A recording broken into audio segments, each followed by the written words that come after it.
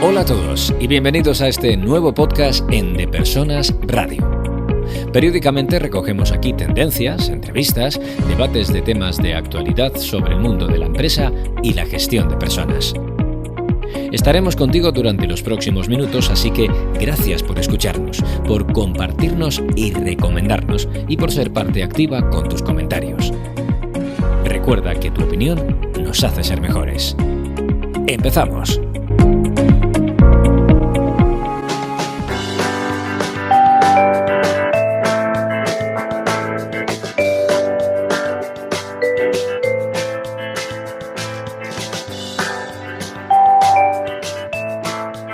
Soy Raúl Castro, estás en Listening Leaders y hoy tenemos a Enrique Majós al otro lado de la línea, con quien vamos a hablar de banca, vamos a hablar de emprendedores, vamos a hablar de financiación, vamos a hablar de cómo modernizar una entidad financiera. Y todo eso porque Enrique es el director general de Gentera, una empresa que ahora está haciendo los 30 años, están cumpliendo los 30 años, están radicados en México y de la que ya no voy a hablar más para dejar un poco de espacio a Enrique y que nos cuente sobre ello. Enrique, mil gracias por participar y por acompañarnos en este espacio. Raúl, muchas gracias a ti. Yo aprecio mucho la invitación y aprecio mucho también el poder participar en un programa como este. He tenido el gusto de escuchar algunos de los capítulos que tienen y me parece que es un espacio muy valioso para quienes queremos, pues de alguna forma, alimentarnos de lo que hacen los demás que están en posiciones de responsabilidad y que pues muchas veces el camino no está bien dibujado y uno lo tiene que ir dibujando. Y creo que compartir no solamente aciertos, sino errores es algo que nos nutre a todos. Entonces, pues si de algo puede servir esta conversación, con muchísimo gusto. Claro, fíjate que el interés viene un poco de esto que acabas ya de poner encima de la mesa, ¿no? De ese deseo de no dejar de aprender nunca, ¿no? Yo creo que esta vida, a diferencia de la que vivieron a lo mejor la generación de nuestros padres o de nuestros abuelos, que era que, oye, enganchabas en una profesión y ya era ese el camino que tenías que seguir, probablemente el tiempo que hubieras estudiado, mucho o poco, era el tiempo que necesitabas, ya no se necesitaba mucho más, el expertise se cogía con el trabajo, pero hoy no tenemos que estar, hoy no podemos dejar de aprender permanentemente, ¿no? Si uno tiene una mente inquieta, ¿no? Y de eso quería preguntarte en primer lugar, ¿no? De esa mente inquieta, de ese espíritu emprendedor que además es muy típico del pueblo mexicano y al que vosotros estáis ayudando a través de esta iniciativa de Compartamos Banco, en donde pues, habéis desarrollado toda una política de préstamos, de créditos. Cuéntame un poco sobre eso. ¿Por qué ayudar a los emprendedores y la importancia de hacerlo en este momento? Claro. Pues mira, es una historia muy bonita y en la que yo he tenido el privilegio de participar y la suerte, como pues se le va acomodando a uno en la vida las cosas y bueno, por supuesto que no pretendo decir que es algo en lo que mi participación ha sido fundamental, pero sí que he tenido la fortuna de ver el desarrollo de la empresa pues a lo largo de estos 30 años, ¿no? Gentera, y como bien dices, Banco Compartamos, que es la unidad de negocio más grande que tenemos y la que inició este gran proyecto, surge hace 30 años. Y surge en el contexto de un grupo de jóvenes que terminando o en los últimos años de la universidad tienen una inquietud muy importante por poder trabajar por la igualdad social, la igualdad económica, la igualdad de oportunidades, ¿no? Y es así como en 1990 surge Asociación Programa Compartamos, como una organización no gubernamental, una institución de asistencia privada, y que tenía una lógica muy básica, pero me parece que muy importante desde su origen, y es: tenemos que buscar la forma de ayudarnos todos para tener acceso a las mismas oportunidades. Y para poder tener acceso a las mismas oportunidades, pues todo empieza pues por un tema de salud y un tema de educación, ¿no? Y curiosamente, y a lo mejor esto es algo que no muchas personas conocen, pero Asociación Programa Compartamos no nace otorgando créditos ni servicios financieros. Nace otorgando la posibilidad de tener acceso a una mejor alimentación a través de la distribución de despensas subsidiadas en el sur y sureste de México, que es donde se encuentran las poblaciones pues, más marginadas históricamente. Pero de ahí, y obviamente pues como van surgiendo estos proyectos que van paso a paso y que uno va encontrando el camino conforme va haciendo camino al andar, como dice el poeta, pues es que se ve que para que una población marginada pueda tener desarrollo, efectivamente el primer paso pues tenía que ser que la gente tuviera pues una salud y una fortaleza física que parte en muchos de los casos de la nutrición, y que después pues lo que había que buscar era actividades productivas que dieran dinamismo económico a estas pequeñas comunidades. Estamos aquí hablando de microeconomía en su expresión más pura, ¿no? Y si empezamos a fomentar las actividades productivas muy básicas, bueno, pues primero es un medio de desarrollo para la familia, y segundo, pues es generación de valor que conforme va también logrando exportarse, vamos a decir, a otras comunidades vecinas, pues se va generando este fenómeno que, si bien parte de lo microeconómico, tiene la misma lógica de lo macroeconómico, ¿no? Las exportaciones, las importaciones, cómo van generándose flujos económicos, y todo esto al final, ¿para qué? Pues para buscar ese desarrollo y ese acceso a oportunidades de desarrollo que puedan ser socialmente compartidas, ¿no? Y creo que eso también es muy importante. Gentera desde sus inicios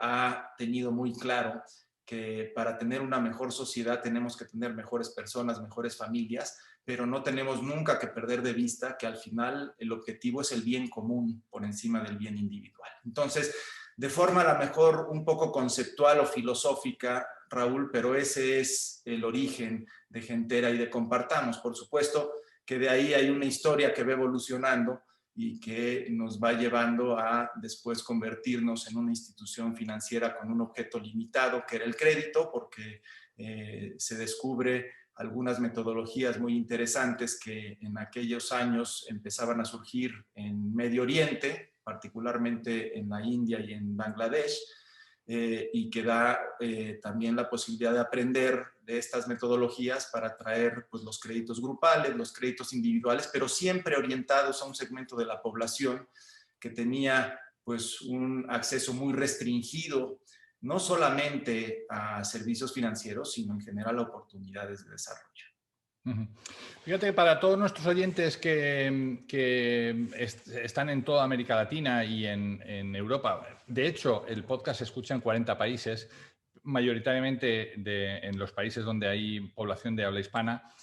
México es un país gigante, es un país enorme, y es un país que no siempre la bancarización se ha correspondido al nivel de, digamos, al final México es el 12º país del mundo por PIB, y la bancarización no ha correspondido a eso, ¿no? Por tanto, este tipo de iniciativas tienen sentido para apoyar y llegar a comunidades que a lo mejor no tenían ese acceso al crédito, y tiene todo el sentido del mundo, ¿no? Pero una vez que habéis llegado hasta aquí, de repente os tenéis que modernizar a marchas forzadas. No quiero detenerme mucho en la pandemia, pero precisamente yo creo que la pandemia nos ha pillado a todos en este proyecto de transición digital, ¿no? ¿Cuáles son los obstáculos que ha tenido que soportar un sector tan maduro como la banca a la hora de modernizarse, ¿no? De poner plataformas, de cambiar, de dar el salto al mundo offline, al mundo online, ¿no? Para toda esta población? Pues sí, mira, yo creo que en lo fundamental, en lo toral, las prioridades no han cambiado demasiado, ¿no? A lo largo de los últimos años o incluso décadas, ¿no? Creo que lo fundamental es tener algo que al cliente le resulte de valor, que les resulte relevante, y cuidar ese interés del cliente en primer lugar, y en segundo lugar también el bienestar y el interés de los colaboradores que formamos parte de la organización, ¿no? Entonces, eso me parece que es vigente no solamente en esta institución, sino en esta industria y en todas las industrias. Sin embargo, probablemente lo que sí ha cambiado muchísimo en los últimos años es la forma de hacerlo, ¿no? La forma de entregar esos productos. Ahora, no por eso podemos caer en la tentación de olvidar esto toral y fundamental que hablamos. En algún momento nosotros mismos, como organización, por estar enfocados en otras cosas, nos hemos despegado un poco de ese interés y foco en resolver las necesidades de nuestros clientes. Recientemente, hace unos 2, 3 años, tuvimos pues un problema de servicio que se reflejó en los resultados de la organización y que afortunadamente lo pudimos entender a tiempo y resolver. Pero bueno, una vez habiendo dejado claro este corazón de lo que tenemos que cuidar todas las organizaciones, efectivamente la forma de entrega de estos productos ha evolucionado mucho. Y yo te diría que ahí hay 2 cosas en las que hay que centrarnos, al menos en nuestro caso, ¿no?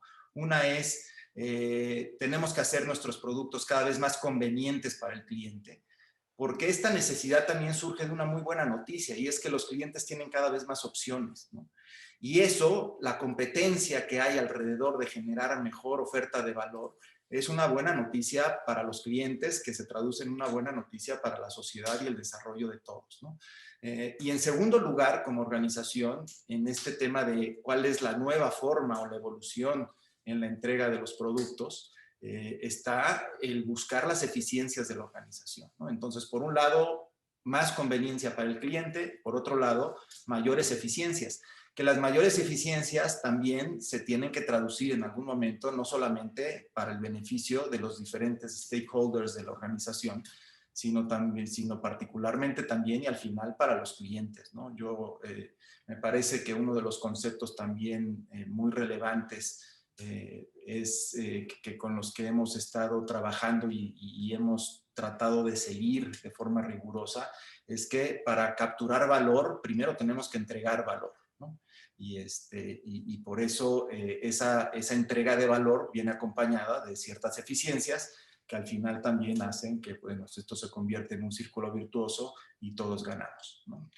Fíjate que yo creo que si nos quedáramos ahí, Enrique, bueno, uno podría pensar, yo trabajé por 20 años en un banco y al final es la máxima de una entidad financiera, ¿no? Es decir, oye, hacer productos convenientes para los clientes, hacerlo con el mejor ratio de eficiencia, eso lo podemos llevar a cualquier industria y no estaría, digamos, no os haría especiales. Sin embargo, por ejemplo, hay un detalle que a mí me parece que redondea el círculo, como tú bien decías, con todos los stakeholders. Y es que en 2020 habéis quedado en segundo lugar en el Great Place to Work en México, en las empresas de vuestro rango. Y eso, eso no siempre es tan fácil, ¿no? No siempre, cuando tú persigues todo para el cliente, igual pierdes de vista un poco al colaborador que lo hace posible. Y vosotros habéis sido capaces de encajar esos 2 grandes mundos, ¿no? ¿Cómo es posible hacer esto? Claro, y mira, el gran riesgo de estos conceptos, pues muy sólidos y muy ciertos, pero muy generales también, de los que hemos hablado hasta ahora, es que efectivamente en algún momento se convierten en parte del paisaje, ¿no? Y entonces uno los empieza a ver como algo que ahí está, que ya se tiene y que no tiene uno que estarlo buscando porque pues es parte ya del ambiente y del contexto de la organización y probablemente incluso que toque a los clientes. La realidad es que no es así. La realidad es que hay un reto muy importante en llevar estos conceptos al mayor pragmatismo posible, ¿no?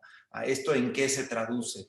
Y bueno, como bien dices, sin hablar mucho de la pandemia, porque creo que es un tema del que ya se ha hablado mucho y ya a lo mejor en algún momento estaremos solamente repitiendo lo que ya se dijo, pero la pandemia es una oportunidad enorme, o para nosotros una oportunidad claramente muy grande, para poder entender, recordar, llevar a la práctica qué quiere decir centrarse en el cliente. Entonces, a ver, aquí hay 2 temas y creo que en tu pregunta lo segmentas muy bien, ¿no? Por un lado, hablar de clientes y por otro lado, hablar de colaboradores. Y efectivamente, empezando por el tema de Great Place to Work y de los colaboradores, pues tiene que haber una cultura organizacional auténtica, tiene que haber una cultura organizacional que además está traducida en acuerdos internos y acuerdos con el cliente que se tienen que vivir todos los días, ¿no? Y bueno, en ese sentido, yo te diría que para Gentera y para Compartamos ha sido relativamente natural porque nacemos como una organización sin fines de lucro. Entonces, mientras tengamos todavía cerca a los fundadores mientras tengamos gente que estuvo en esos primeros años picando piedra, es un poco más fácil porque lo vemos, lo vivimos, vemos el ejemplo de nuestros líderes todos los días, y sabemos cómo se traduce en la práctica. Cuando una organización sigue su historia y empiezan a llegar las siguientes generaciones, pues hay un gran reto, un reto muy importante en mantener esa cultura. Pero bueno, tenemos una cultura, una filosofía, lo que nosotros llamamos mística, que está totalmente centrada en la persona, dentro, de hecho, de los valores que hablamos, como en todas las organizaciones de rentabilidad, trabajo en equipo, etcétera, hay un valor muy importante que es el valor de la persona, que entendemos que además en estricto sentido la persona no es un valor como se define el resto, ¿no? Pero quisimos ponerlo en nuestro, digamos, mapa de valores para darle esa relevancia y que sí, que todas las decisiones y acciones que tomemos lo hagamos pensando pues en los clientes, en colaboradores. Y hablando de este tema que decíamos del año 2020 con lo que vivimos y la pandemia, bueno, ahí se tuvieron que tomar decisiones muy difíciles en donde, pues, creo que cuando se empieza a volver, no te diría sencillo, pero cuando empiezas a encontrar la forma de tomar esas decisiones, de definir qué se tiene que hacer, es cuando empiezas a poner a la persona en el centro. Y entonces ahí te das cuenta que hay que hacer sacrificios muy grandes, probablemente en los resultados que íbamos a obtener en el año, pero que teníamos que privilegiar el bienestar, la salud de colaboradores y de clientes. Íbamos a tener también una pérdida de valor financiero importante durante el año, pero había que adecuar los productos, los plazos de pagos de nuestros clientes, incluso las renovaciones de los créditos para la reactivación económica, a lo que los clientes iban a necesitar en un contexto de crisis, ¿no? Y ahí ya las decisiones pues no eran las tradicionales de, bueno, ¿cómo hacemos para que este producto con las características que tiene sea lo más rentable posible? Aquí el tema era ver la rentabilidad, hoy no es lo más importante y así debería de ser generalmente, sabiendo que al final, otra vez, cuando uno entrega valor, va a tener mayores posibilidades o va a potencializar la posibilidad de capturar valor de regreso, ¿no? Bueno, en cierto modo eso es algo que estamos viviendo muchos, ¿no? Porque todo nuestro mundo ha cambiado y mi mundo en la consultoría de recursos humanos de empresas de determinado tamaño, pues ha pasado que muchas veces no estaban para escucharnos y nos hemos dedicado, nos hemos volcado en generar este valor, ¿no? Y en aportar este valor y darnos a conocer. Pero fíjate también, al hilo de lo que me dices, me resuenan algunas empresas que también estaban centradas en el valor de la persona y todo ha saltado por los aires cuando de repente ha llegado el momento y todo aquello que estaba escrito en un pasillo estupendo ahí en el pasillo de recursos humanos, en misión, visión y valores, ¿no? Y de repente todas se han venido abajo, ¿no? Y sin embargo vosotros habéis sido capaces de aún apostando por un dolor en bolsa, ¿sabes? Porque al final la bolsa pues se resiente y el inversor te lo castiga, pero te lo castiga temporalmente. Yo creo que esto es una cuestión coyuntural y más tarde o más temprano estas políticas de cuidar a los colaboradores hacen que los colaboradores se sientan bien, se sientan contentos y hagan sentir a los clientes contentos y los clientes lo aprecien y se vuelquen, ¿no? Por tanto, felicidades por eso. Fíjate, has hablado de hacer cambios y ajustes y una de las cosas que yo quiero preguntarte es, ¿esos cambios y ajustes implican cambios en los procesos, en los procedimientos, implican cambios en la forma de dirigir personas en la distancia, ¿no? ¿Cómo se ha adaptado vuestra cúpula de directivos, de mandos medios para dirigir personas en la distancia, que es algo que no habían hecho nunca seguramente, ¿no? Sí, mira, no quiero sonar trillado aquí, pero la realidad es que ha sido una experiencia extraordinaria y una oportunidad muy grande la que nos dio la pandemia. Por supuesto que no quiero, a ver, déjame empezar por platicar la parte cruda y oscura, ¿no? Y es que pues esto nos toma en general al mundo de sorpresa. Veníamos empezando el 2020 con unas perspectivas muy buenas para el año en términos de crecimiento, de resultados, etcétera. Y pues bueno, en algún momento nos topamos con una realidad que además nos dimos cuenta de ella poco a poco, como que no la queríamos creer, y empiezan momentos pues de muchísima ansiedad, ¿no? Empiezan momentos en donde uno se empieza a cuestionar todo y empieza uno a dudar de todo. Y bueno, me parece que en ese sentido se confirma que en la naturaleza humana lo que nos hace realmente crecer son los retos, ¿no? Lo que nos hace realmente crecer pues es el salirnos de nuestra zona de confort. Y bueno, empezamos a aplicar mecanismos, procesos internos de gestión, etcétera, que jamás habíamos utilizado. Por supuesto que el tema de operar remotamente es muy importante, el uso de la tecnología. De hecho, a la fecha tenemos muy poca población de nuestras oficinas centrales, y te estoy hablando de que a lo mejor en las oficinas de México somos alrededor de 1,500 personas, y son solamente alrededor de 40 las que están asistiendo a la oficina porque sus funciones lo requieren, pero desde marzo estamos operando desde casa todos los demás. Entonces sí, efectivamente, ahí hay un tema importante que además los equipos lo lograron resolver de forma muy rápida, los equipos de tecnología, pero déjame no hablar de tecnología, que de tecnología se habla mucho ya.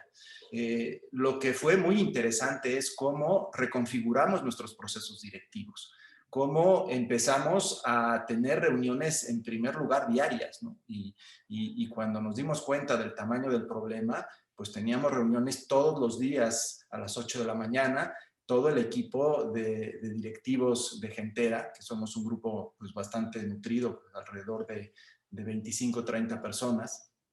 Y así empezamos a definir pues cuáles eran los objetivos de esas reuniones. Había reuniones que eran para toma de decisiones, había reuniones que eran para informar la situación, había reuniones que eran para analizar el contexto, pero al final todo se conjuga en que teníamos que tener estos procesos para estar mucho mejor comunicados, generar mucho más confianza. Nos toma en un momento muy bueno, en particular a nosotros, porque veníamos, como te decía, de haber solventado una crisis autoinfringida en el 2017 y 2018. Entonces ya habíamos pasado por todos estos momentos de crisis en donde pues primero uno está negando la situación, después uno se empieza a enojar con todo el mundo y entonces empieza a haber mucha fricción entre el equipo, y ya estábamos en el punto en donde las fricciones productivas ya se habían dado. Pero aún así, pues se tuvieron que hacer muchos ajustes y al final, si te das cuenta, y estoy contando un poco la historia más de forma anecdótica, pero para al final resaltar lo que me parece que está de forma fundamental y medular en la historia, y es que la confianza, la construcción de equipo, la comunicación, la humildad de entender que no lo sabemos todo, la humildad también de entender que somos un equipo y no somos estrellas individuales, pues es lo que al final hace que uno vaya resolviendo la situación como organización día a día, sobre todo cuando es algo tan novedoso como lo que nos sucedió, ¿no? Aquí no había ningún manual que nos dijera pues cómo se atendían este tipo de crisis en otras industrias o en otras épocas, etcétera. Pero bueno, otra vez, lo que prevalece es lo fundamental, ¿no? Lo que prevalece es el equipo, lo que prevalece es la construcción de confianza. Y bueno, estábamos en ese proceso, entonces nos toma en un momento, pues digamos que afortunado, lejos de ser perfecto, porque creo que nunca terminas de fortalecer esas capacidades, pero sí se da uno cuenta de que el tenerlas hace una gran diferencia, sobre todo en momentos tan críticos, ¿no? Qué bueno que me traigas este paralelismo deportivo. El primer libro que yo escribí tenía que ver con esto, con los valores del deporte llevados al mundo de la empresa.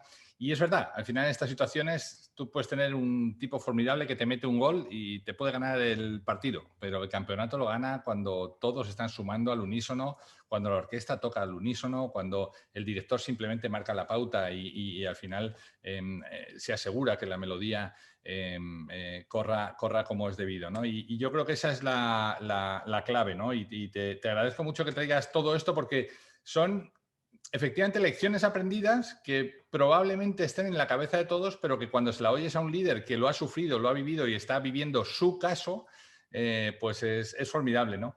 Me gustaría que miráramos un poco al futuro, ¿no? Todos estos procesos, buena parte de estos cambios de procesos y procedimientos han venido para quedarse. Buena parte del trabajo a distancia ha venido para quedarse. Buena parte de la autonomía que tienes que dar a las personas para que trabajen como, cuando y donde quieran y donde puedan, ha venido para quedarse, ¿no? Yo no creo que volvamos a una, al menos en el corto plazo, es mi forma de verlo, no sé, y me gustaría conocer la tuya.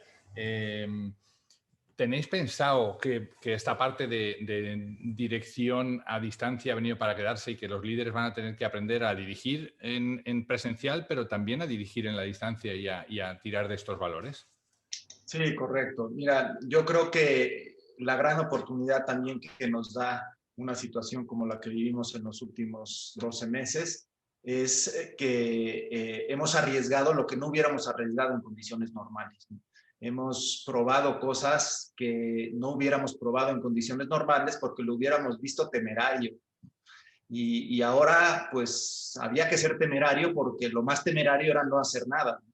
Entonces, creo que eso nos dio la oportunidad de probar muchas formas distintas de trabajo y efectivamente en el camino hemos encontrado que hay formas más eficientes de hacer las cosas y que, como bien dices, en muchas ocasiones no regresaremos a hacer las cosas como las hacíamos antes. Es más, yo te diría, en general es un hecho, no vamos a regresar a hacer las cosas como las hacíamos antes. Cuando uno le mete la lupa y ve puntualmente, bueno, te encuentras que hay cosas que no puedes dejar de hacer porque son fundamentales, son, como decíamos, el corazón probablemente de nuestra relación entre clientes, colaboradores, etcétera, pero hay cosas que sí. Y poniéndolo a lo mejor en temas un poco ya más prácticos y sobre todo en este tema de qué tanto vamos a usar la tecnología y con tanto, por ejemplo, estaríamos trabajando a distancia o no.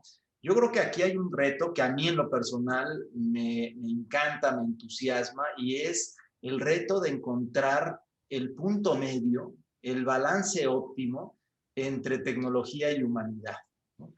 Y me parece que esto no solamente es un reto muy interesante porque ofrece un gran potencial y muchas oportunidades hacia adelante, formas incluso más agradables de trabajar, pero también porque pues, es algo que habla de crear una nueva forma de rodar este mundo, ¿no? Y me parece que efectivamente tanto en la relación con nuestros clientes, déjame entrar a lo mejor a cuestiones un poco más prácticas, pero la metodología operativa que tenemos para relacionarnos con nuestros clientes en los desembolsos de crédito, en las recuperaciones, pues van a tener cambios muy positivos para ambas partes. Como decíamos, a los clientes les haremos la vida un poco más fácil con todas las posibilidades de operaciones remotas y al mismo tiempo nosotros podremos capturar mayores eficiencias, ¿no? Y en términos de trabajo interno entre colaboradores, bueno, también algo que ya desde hace mucho tiempo se hablaba, que era el trabajo en casa, pero que en muchas organizaciones o éramos un poco escépticos o le teníamos miedo al resultado. Pues hoy ya probamos que sí se puede, ¿no? Y encontramos cómo y la situación nos obligó. Y bueno, a mí te digo, lo que personalmente me parece muy interesante y que me llena de ilusión es este trabajo de en los próximos meses, cuando empiece a llegar la vacuna, se empiece a resolver el tema pandémico y volvamos un poco a salir de casa de forma mucho más normal, este diseño y esta construcción de los nuevos procesos me parece que es un sueño para quienes nos dedicamos a construir y a mejorar procesos de negocio. Y además el mundo financiero necesitaba hacerlo. Muchas veces, sobre todo en tal y como estaba construido, ¿no? Yo, como te decía, trabajé por 20 años en una entidad financiera. Tuve que vivir un proceso, es verdad que mucho más, porque eran gente muy adelantada a su tiempo y volcamos toda la parte operativa, la sacamos de la red de oficinas, la llevamos a un lugar centralizada y de repente había gente que se resistía porque decía, oye, pero ahora si lo van a hacer las máquinas, ¿para qué vamos a quedar nosotros, ¿no? Y descubrimos que los puntos de venta o la red al final quedaba para ser un espacio de verdad de asesoramiento de valor añadido donde no lo podían hacer las máquinas, lo hacían las personas. Y ahí es donde cobraba sentido. Tú ibas a hablar de verdad con una persona porque esa persona no tenía una cola de gente esperando, sino tenía 20 minutos para charlar contigo, para entender bien tu caso, para darte la solución que tú buscabas y luego toda la parte operativa se hacía con las máquinas, ¿no? Por tanto, esto es un camino que el mundo financiero estaba empezando a hacer de algún modo y esto lo ha acelerado y yo creo que, bueno, en ese sentido hay que agarrarnos a las oportunidades que nos da la vida, ya que no lo podemos cambiar, agarrarnos y yo creo que sois un claro ejemplo de eso. Pondremos vuestra dirección aquí en la entrevista Enrique, no quiero entretenerte mucho más, Enrique, solamente quiero que me dejes con un mensaje, porque esto además lo va a escuchar bastante gente de vuestra empresa, ¿no? Y al final los directivos estáis ahí en el scope de mucha gente, ¿no? Entonces, que nos dejes un último mensaje, espero que de esperanza para toda la gente que nos esté escuchando. No, sin duda hay esperanza, ¿eh? Nosotros nos ilusiona mucho lo que podemos hacer hacia adelante. Me parece que precisamente por el origen y la vocación social de esta organización y por el producto y el negocio en el que estamos, tenemos una responsabilidad muy grande para ayudar a la recuperación económica, ¿no? Este es un problema que, si bien no empezó por el lado económico, después de que se resuelva el tema de la vacuna y de la salud, de a lo mejor algún tratamiento incluso que se pueda mejorar contra el virus, pero lo que sigue es cómo se recupera la economía, ¿no? Y en ese sentido nosotros vemos, por un lado, que el mundo poco a poco en estos meses hemos aprendido a trabajar en un contexto muy limitado, muy restringido, que tampoco va a ser permanente, pero que sin duda nos ha hecho mejores a todos. Y no estoy hablando de Gentera y de Compartamos, estoy hablando de todos, de la sociedad, de las microempresas, y eso obviamente pues nos va a sacar más fortalecidos. Y nosotros como Gentera pues tenemos una oportunidad muy grande de empezar en uno de los primeros eslabones de la cadena de recuperación económica, porque lo que hacemos es justamente darle liquidez, darle flujo, que pues ya se tiene muy claro después también de esta experiencia, de que pues el flujo es fundamental para sobrevivir y para recuperarse. Entonces, este primer eslabón de darle flujo a nuestros clientes en esta microeconomía que finalmente pues es la que sostiene a la gran mayoría de las personas en nuestros países, pues es una responsabilidad importante. Y lo vemos con ilusión y lo vemos con muy buenas perspectivas. Entonces, eso sí, vemos un camino lento, vemos que esto no se va a resolver en unas cuantas semanas, seguramente nos tomará meses, incluso un poco más de un año, pero el camino ya es de recuperación, ¿no? Y el camino ya es de recuperación con unas capacidades y unos aprendizajes que ninguno de nosotros teníamos antes. Entonces, pues enhorabuena a todos y cada uno de nosotros, independientemente del negocio, de la actividad en la que uno esté involucrado, y hay que tener mucha esperanza en la gente, mucha unidad, mucha solidaridad, y me parece que si tuviera que dejar también un mensaje que me interesa, pues eso, que todos podamos entender y entendernos, es el tema de que la única forma de salir de esto o de cualquier otra cosa es juntos, ¿no? Unidos como sociedad, siendo solidarios unos con otros, y como decía al principio, poniendo el bien común por encima del bien particular. Enrique Majós, director general de Gentera, ha sido un auténtico placer tenerte en Listening Leaders, en De Personas Radio. Líderes como tú hacen el mundo diferente y lo hacen mejor, y yo te agradezco mucho que hayas aceptado a este pequeño atraco. Y nada, ojalá podamos tomarnos un café mano a mano, que será la mejor señal de que todo ha ido para adelante. Me encantará y lo voy a disfrutar mucho. Te mando un abrazo muy fuerte, Enrique. Igualmente, Raúl, muchas gracias, y gracias a todos los que te escuchan. Pues hemos llegado al fin de nuestra entrega. Esperamos que haya sido interesante para ti. Si quieres saber más de lo que hacemos, escuchar entregas anteriores o leer las entradas del blog, no dejes de entrar en depersonas.com.